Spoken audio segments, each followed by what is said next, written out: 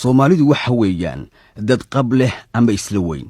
Sir John Kirk oo ahaa qunsulkii Ingiriiska u fadhiyi jiray jasiiradda Zanzibar sanadkii 1870 ayaa waxa uu ka wareeray sidii awooddii Ingiriisku ay wax aynkaasi u cabsi gelin weyday Soomaalidii. Mas'uuliyiintii Ingiriiska ahaa ee bariga Afrika oo Soomaalida kula kulmay gobolkii la odhan jiray Jubaland dhammaadkii qarnigii 19 ayaa waxa raali geliyay oo ay ka heleen Soomaalidii ay arkeen.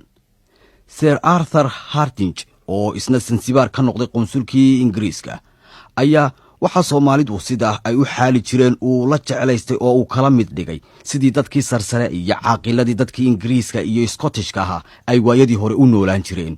waxaana uu ku tilmaamay Soomaalidu inay sifooyinkan lahaayeen oo waxa uu yidhi horta waxay ahaayeen dad raganimo leh culumada da'da waaweyn ee shuyuukhda ah iyo bidaartoodu sida qaab kale ee ay u go'day iyo gadhka timihii ciroobeen ee caddaaday muuqaasi sida uu yahay ayaa waxa uu Sir Arthur sheegay inay u ekaayeen uun beeraleydii Ingiriiska.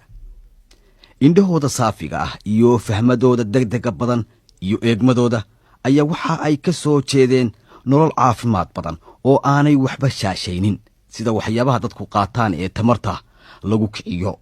dadka Soomaalidu fikrad ahaantay ayaa waxa uu yidhi waxa weeye dad aan si naba loo agdhigi karin dadka degan qaybtani Afrikada ah haddii ay tahay maskax iyo geesinimaba. waxa ay Soomaalidu ka yimaadeen dhinaca waqooyiga ah buu yidhi iyagii oo duulaan ah markaasay kiciyeen oo ka wadeen dadkii iyaga dhulkaasi ugu horreeyey oo kala ah gaala iyo baajuun.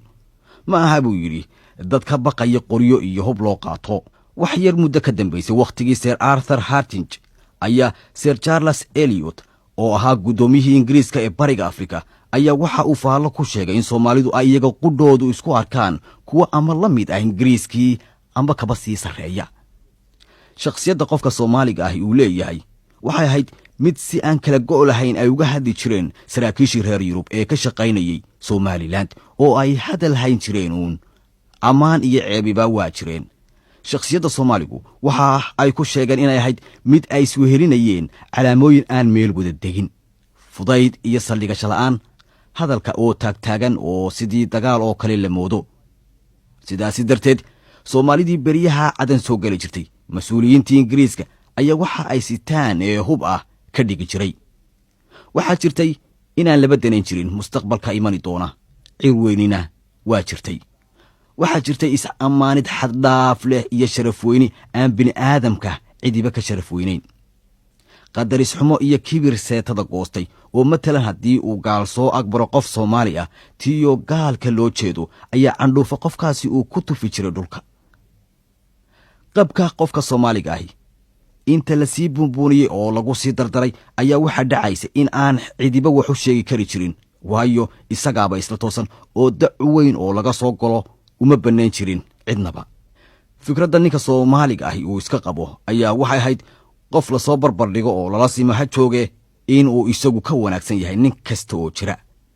haddana iyada oo sifooyinkaasi ay jireen ayaa waxa kale oo jirtay madax bannaani iyo kelikelinimo iyo martigelin ama wax tashiirid ama kala reebreebid joogto u ahayd noloshiisa. halisi meel ay jirto kama gaban jirin tiyo xataa marmar lagu nafwaayayo oo geesinimo iyo waxa uu lahaa adkaan wax la barbar dhigaa aanay jirin.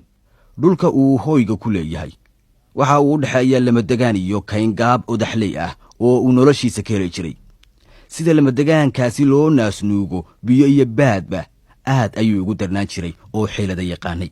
Soomaalidu waxay ahayn dad aad iyo aad u dagaal yahanina iyagoo isticmaalaya tabo lagu hoogo.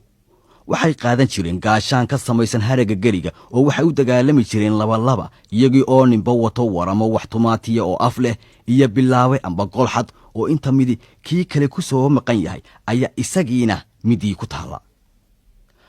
waxay jeclaan jireen Soomaalidu dagaalada gaadmada ah iyo kuwa gacantaba la isula tago ee kaymaha gaagaaban ee jiqda ah la isku haleelo.